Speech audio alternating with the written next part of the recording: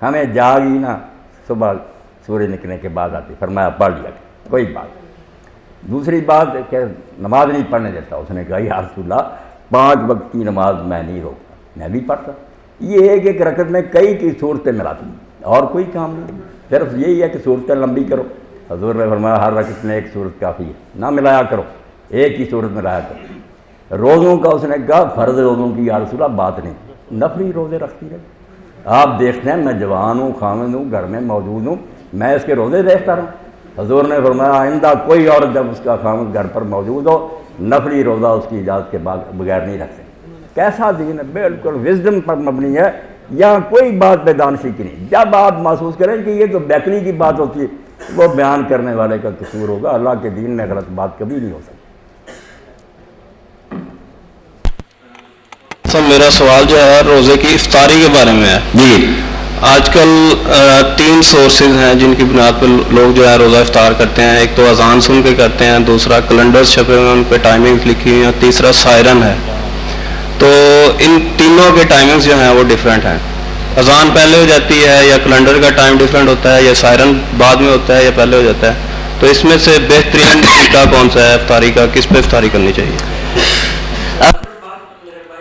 Siren تو خیر اذان کے ساتھ ہی ہونا چاہیے، وہ تو ایک ہی وقت ہونا چاہیے نا، لوگ جو ہیں بعد میں جو کرتے رہے۔ صحیح اعلان تو ہے اذان کہ جب وقت ہو جائے نا، وہ آپ لوگوں کے پاس ٹائم ٹیبل بنے ہوئے ہیں، سارے آلات رسم بتاتے ہیں کہ سورج اتنے منٹ اتنے سیکنڈ پر غروب ہوگا۔ جب وہ وقت ہو جائے نا تو ان علماء حضرات کو بھی لوگوں کی حالت پر رحم کھانا چاہیے کہ کھاتے پیتے رہتے ہیں، 5-10 منٹ بعد اذانیں دیتے ہیں، کیسی بےہودگی ہے۔ یا کیا دیتے ہیں وقت ہو گیا، بھائی کس نے آپ کو کہا وقت ہو گیا؟ یہ اعلان کہاں سے نکالیں؟ آپ اذان دیں، لوگ سمجھ لیں گے کہ وقت ہو گیا۔ صبح بھی کرتے رہتے ہیں، آپ اب کھانا پینا بند کر دیں، وقت ہو گیا۔ یہ سب بدعت ہے، ناجائز بات۔ آپ اذان کہنا شروع کریں، اذان ہے اسلام میں علامت کے لوگ سنیں، بڑے اللہ کا حکم آ گیا رک دیں، اور یہی اعلان کریں۔ تو شام کو صحیح وقت پر اگر اذان ہو تو ٹھیک ہے، ورنہ آپ کے پاس اگر ٹائم ٹیبل ہے نا جہاں بتایا گیا کہ سورج غروب ہو گیا، آپ بلا جھجک روزہ کھول دیں، نہ سائرن دیکھیں نہ ان کی اذانیں دیکھیں، وقت ہو گیا۔ اللہ کے رسول علیہ السلام نے فرمایا دیکھیں نا، اللہ ایک طرف تو ہمیں کہتا حکم کی اطاعت کہ کھانے پینے سے رکے رہو، اور جب وقت ہو جاتا تو کہتا کھاؤ، اگر ہم نہیں کھاتے ناراض ہوتا۔ احب عبادی الی عاجل الفطر، فرمایا جو جلدی کر کے شروع کریں گے نا کھانا وہ بندے مجھے پیارے، جو بڑے بنیں گے نہیں ہمیں اب بھوک نہیں۔ بھائی تم نے لالچ دکھانا ہے، اللہ کہہ رہا کہ لالچ کرو، کھاؤ میرا کھانا، دسترخوان اس نے بچھایا۔ تو جب وقت ہو جائے پھر میرے بھائی آپ کو انتظار نہ کریں، ٹائم ٹیبل کو صحیح ہو، اس کو احتیاطاً دیکھ لیں کہ گھڑی میں شاید 1-8 منٹ کا فرق ہوگا۔ بھائی یہ جو لوگ دیر سے اذانیں دیتے ہیں بالکل غلط کریں۔ میرا آپ سے سوال ہے، پہلا تو نماز تسبیح کے حوالے سے ہے کہ اس کی کیا حیثیت ہے، اور دوسرا کہ جس طریقے سے آپ نے بدعت کے حوالے سے بات کی ہے، آج کل ختم قرآن کے حوالے سے کافی پروگرام چل رہے ہیں، اس کے بعد وہ شیرینی تقسیم کی جاتی ہے یا تحائف دیے جاتے ہیں، ان کے بارے میں کیا حکم ہے؟ صلاۃ تسبیح جو ہے نا، نہ تو اتنی زیادہ ثابت ہے جتنی اہمیت اس کو لوگوں نے دی ہے۔ اشتہار چھپ رہے ہیں، لوگ اکٹھے ہو کر باجماعت پڑھتے ہیں، عورتیں بھی پڑھتی ہیں، اتنا ثبوت نہیں ہے اس کا، کمزور ہیں ساری روایتیں، مگر مل جل کر کچھ جان پڑ جاتی، تھوڑی بہت اصلیت معلوم ہوتی ہے۔ باقی اس کے لیے جماعت بالکل بدعت ہے، جو جماعت کرتے ہیں نا لوگ، مرد پڑھاتے ہیں یا عورتیں بھی پڑھاتی ہیں، بالکل غلط ہے۔ یہ تنہا عبادت کرنے کی ہے، ہر شخص اپنے اپنے طور پر یہ کرے۔ جماعت کا وجود کوئی نہیں، نہ رسول اللہ نے کی، نہ صحابہ نے، نہ اماموں نے بتائی۔ جماعت کا سلسلہ تو روکنا چاہیے، جو میری بہن پڑھنا چاہتی ہے اپنی تنہائی میں پڑھ لے، مرد بھی جب جی چاہے پڑھ لے، 4 رکھتے ہیں،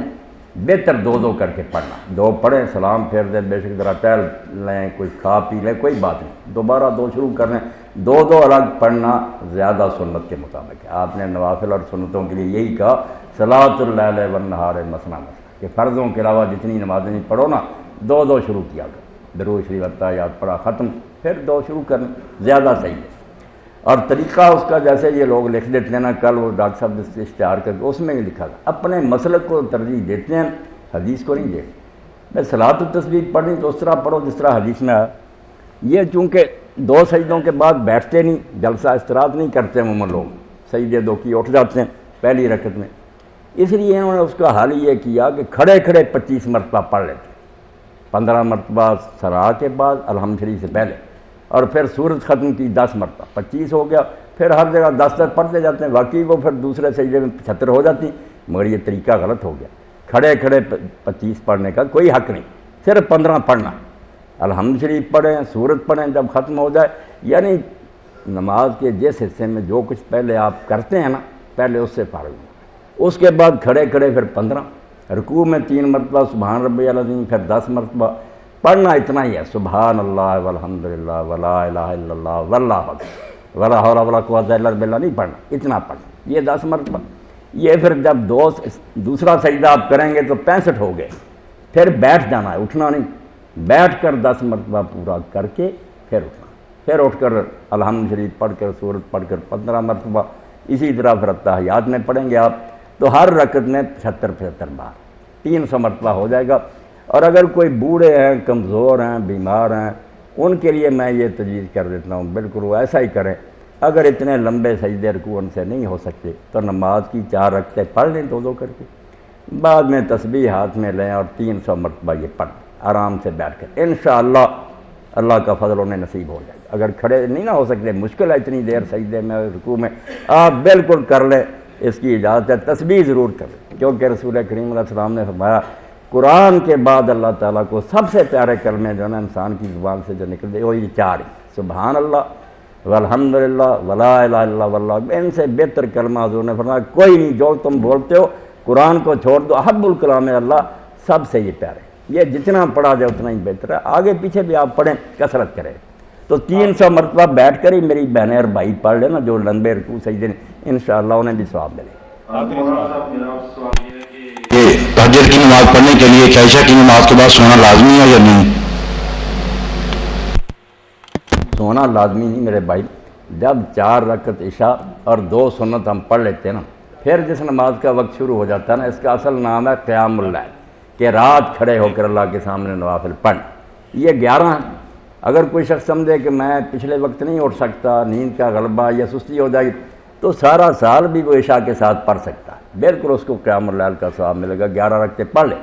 درمیانی رات میں جا کر پڑھے، یہ بہت اچھا ہے اس سے، اور اگر آخری تیسرے حصے میں پڑھے افضل وہ ہے، مگر جائز ہے عشاء کی 2 سنتوں کے بعد فجر تک اس کا وقت ہے۔ اب یہ سو کر اٹھ کر پڑھیں تو عربی میں چونکہ حدود کہتے ہیں نیند کو، تہجد کا معنی نیند توڑنا، نماز وہی رہ گئی قیام اللیل، مگر یہ ایک نام اس کے ساتھ اور بڑھ گیا کہ نیند توڑ کر اٹھے تہجد، پہلے ہی پڑھ لیں گے تو ناجائز نہیں، اگر جاگتے رہیں آپ کسی میٹنگ میں شریک ہے پڑھ لیں، سارا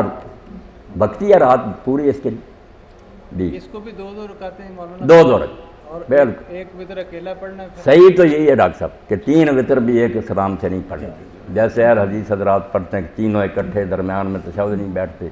دوسرے لوگ مغرب کی طرح پڑھتے ہیں 2 تشہدوں سے، یہ ثابت نہیں، ثابت تو جو ہے نا کہ 2 الگ پڑھو، 1 رکعت الگ شروع کرو، جیسے حرمین میں ہوتا، صحیح حدیث سے تو صحابہ کے عمل سے تو یہ ثابت کہ 3 پڑھنے 2 شروع کر لیں، التحیات درود شریف پڑھ کے سلام کہہ دیں، پھر اٹھ کر 1 رکعت شروع کریں سبحانک اللہ سے، وہ اکیلی جو ہے اس کا الگ سلام کریں، اس کو وہ شفا ہو جاتا ہے جوڑا، یہ وتر تاک، صحیح طریقہ تو یہ ہے۔ مولانا صاحب یہ جمعے کی 2 رکعتوں کے بعد جو سنتیں ہیں وہ 4 پڑھتے ہیں، کوئی کہتا ہے 2 پڑھو، 4 اگر پڑھنی ہے تو مسجد میں پڑھیں اور 2 پڑھنی ہے تو گھر جا کے پڑھیں، اس کے بارے میں آپ کیا فرماتے ہیں؟ یہ ٹھیک ہے بات، جیسے کئی لوگ 2 ہی سنتے پڑھ کے چلا جاتے ہیں نا، زیادہ تر حدیث حضرات ایسا کرتے ہیں، وہ نہیں ٹھیک۔ مسجد میں جیسے ہمارے یہاں طریقہ ہے کہ وہاں ہی سنتیں پڑھ لیتے ہیں، اس کے لیے تو آپ نے صاف حکم فرمایا نا کہ من کان منکم مصلی بعد الجمعہ فلیصلی 4، 4 رکعتیں پڑھو جمعہ کی نماز کے بعد، یہ ٹھیک ہے، حدیث سے ثابت ہوتا ہے کہ اگر آپ گھر چلے جاتے تھے مسجد میں نہیں پڑھتے تھے، اور بہتر تو ہے کہ ہم بھی ایسا ہی کریں کہ پہلی سنتیں بھی گھر پڑھ کر جائیں، گھر وضو کریں، پھر بعد والی گھر آ کر پڑھیں۔ حضور نے فرمایا اپنے گھروں کو بھی نماز میں سے حصہ دو، نور ہوگا، برکت ہوگی، مگر ہم نہیں کرتے، مسجد میں جا کر وضو کرتے ہیں۔ حالانکہ حدیث پاک میں بڑی بشارت آئی ہے کہ اگر آدمی گھر سے وضو کر کے جائے، جو قدم وہ اٹھاتا ہر قدم پر اللہ تعالیٰ ایک گناہ معاف کرتا ہے، ایک درجہ بلند ہوتا ہے، ایک نیکی لکھی جاتی ہے، یہ عمرے کی طرح کہ آپ اللہ کے گھر کی زیارت کی۔ حضور نے فرمایا یہ شاخیں ہیں، برانچیں ہیں بیت اللہ کی، ان کو بھی بیت اللہ کا کہ مسجدیں کوئی عمارت نہیں، اللہ کے گھر ہیں چھوٹے چھوٹے، ان کی طرف تم جاتے ہو۔ تو جیسے میزبان کے لیے لازم ہوتا کہ مہمان کی مہمان نوازی کرے، اللہ کے ذمہ ہو جاتا کہ میرے گھر مجھ سے ملنے آیا وہ تمہارا حق ادا کرے۔ تو گھر اگر پڑھ لیں پہلی بار بعد میں پھر دو ہی سنتے ہیں، اگر گھر آ کر پڑھے، مسجد میں پڑھیں تو صحیح پھر یہی کہ 4 پڑھیں، 2 کریں، یہ 2 رسول کریم، ہاں بہت اچھی بات، بہت اچھی، یہ وضاحت لے لینی تھی۔ رسول کریم علیہ السلام نے بھی اعلان کیا، اور حضرت عمر رضی اللہ عنہ نے اپنے زمانہ خلافت میں ممبر پر اعلان کیا کہ لوگوں صلاۃ اللیل والنہار مثنی مثنی، رات اور دن میں جب نماز پڑھو 2 زور کی سنتے ہوں، عصر کی ہوں، کسی نماز کی ہوں 2 صحیح حدیث سے تو یہی ثابت ہے، باقی ساری روایتیں ضعیف ہیں۔ اگر کوئی ایسا کرے تو بہترین طریقہ جو ہے نا سنت کے مطابق اور صحابہ کے عمل وہی ہے کہ 2 پڑھے پھر 2 شروع کریں۔ جی جی پوچھیں۔ جب آدمی قرآن پاک پڑھ رہا ہوتا ہے اس وقت اذان شروع ہو جاتی ہے، وہ تھوڑی دیر کے لیے رک جاتا ہے کہ چلو اذان سن لیتے ہیں، لیکن اب آج کل اذانیں اتنی ہوتی ہیں کہ ایک ختم ہوتی ہے دوسری شروع ہو جاتی ہے تیسری شروع ہو جاتی ہے، تو اس وقت کیا کرنا چاہیے؟ بالکل کیونکہ درمیان میں خاص طور پہ وہ جب سیراب آیا ہوا، آپ نے بالکل ٹھیک کہا، اذانوں کا تو سیراب آیا ہوا، کیا کرے کوئی آدمی، کس کا جواب؟ حالانکہ عرب ممالک میں اتنی بات تو ٹھیک ہے نا کہ ایک وقت پر اذان ہوتی ہے ساری مسجدوں میں، قصہ ختم۔ یہاں لوگ جو ہے نا اذان نہیں دیتے رہتے،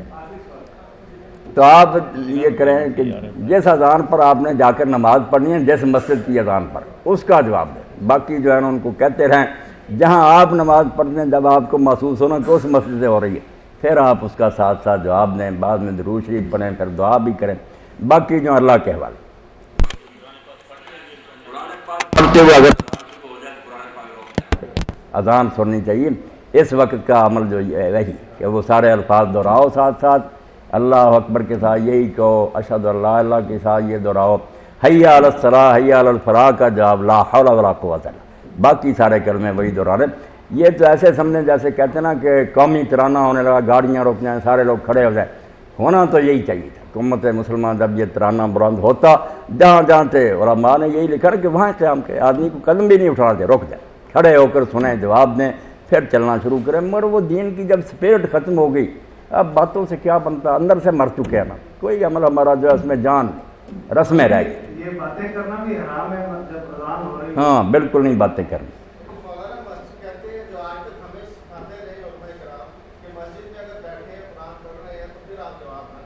نہیں ان کی بات نہیں درست۔ قرآن پاک کے لیے کہ میرے بھائی بہت وقت آپ پھر بھی پڑھ سکتے ہیں، اس لمحہ کا عمل یہی ہے کہ اذان سنیں، اس کا جواب دیں، اور جواب جب ختم ہو تو کلمہ شہادت بھی پورا پڑھنا چاہیے، اصل پورا عمل کریں نا، جواب دیں ساتھ ساتھ، بعد میں کلمہ شہادت اشہد ان لا الہ الا اللہ وحدہ لا شریک لہ واشہد ان محمد عبدہ ورسولہ، اپنے ایمان کی تجدید کریں، اس کلمے کو دہرائیں کہ ہمارے یہ 2 بنیادی عقیدے ہیں، ہمارا اللہ ایک ہے، ہمارے رہبر اور پیشوا اللہ کے رسول۔ اور اس کے بعد پھر اگر یاد ہو تو یہ پڑھنی چاہیے نا، رضیت باللہ ربا وبالاسلام دینا وبمحمد صلی اللہ علیہ وسلم نبیہ، ہم نے اللہ کو رب مان لیا، اب اس پر مطمئن ہے، کوئی شک نہیں، ہم نے رسول کو رسول مانا، ذرا ہمیں اس بارے میں کوئی خلجان نہیں، اور اسلام کو ہم نے دین حق پایا، ہم اس پر مطمئن ہیں، ہمارے دلوں میں اس بارے میں کوئی راضی ہیں ہم اس پر۔ پھر درود شریف پڑھیں پورا، درود شریف کے بعد پھر وہ دعا پڑھے اللہم رب ھذا الدعوہ، اور بڑی فضیلت حضور نے بیان فرمائی کہ قیامت کے دن 100 جنت ہے۔ اب ہماری حد ادراک سے پرے کی بات ہے کہ یہ ہے ایک جنت، جتنی دور آسمان ہے وہاں دوسری منزل ہے، دوسری جنت، اتنے فاصلے پر تیسری 100 ہیں، ایک اوپر نیچے، اپنے اپنے اعمال کی بنا پر لوگ جائیں گے، جتنی ان کی میرٹ ہوگا ان کا، اور آخری جو ہے نا 100ویں جنت وہ فردوس ہے، چوٹی کے لوگ وہاں جائیں گے۔ آپ اندازہ کریں حضور کی عظمت کا، رسول کریم کے مرتبے کا، کہ فردوس کی چھت ہوگی، سارا جہان نیچے ہوگا، اوپر اللہ کا عرش ہوگا، یہ چھت جو ہے اس کا نام ہے الوسیلہ، جو ہم دعا میں کہتے ہیں نا آت محمد الوسیلہ، محمد صلی اللہ علیہ وسلم کو اللہ وہ مقام وسیلہ دینا۔ حضور نے فرمایا مجھے امید تو ہے کہ وہ ایک کوئی ملنا مجھے ہی ملے گا، مگر میں دم نہیں مار سکتا، تم میرے لیے دعا کرنا، تم میرے لیے کرو گے نا تو پھر تمہاری شفاعت میرے ذمہ آ جائے، میں تمہاری سفارش کروں، تو پورا تو کریں، تو ایسا کرنا چاہیے۔ مولانا صاحب میرا ایک مختصر کوشچن ہے آپ سے کہ ہمارے رمضان میں ہم دیکھتے ہیں کہ ایک روزدار کے سامنے کوئی دوسرا روزدار بھول کر کوئی چیز کھانے لگتا ہے تو جو دوسرا روزدار ہوتا ہے وہ اسے فوراً ٹوک دیتا ہے کہ تم نہ کھاؤ، اسے منع کر دیتا ہے. اس کے بارے میں آپ کیا کہتے ہیں کہ اسے روکنا چاہیے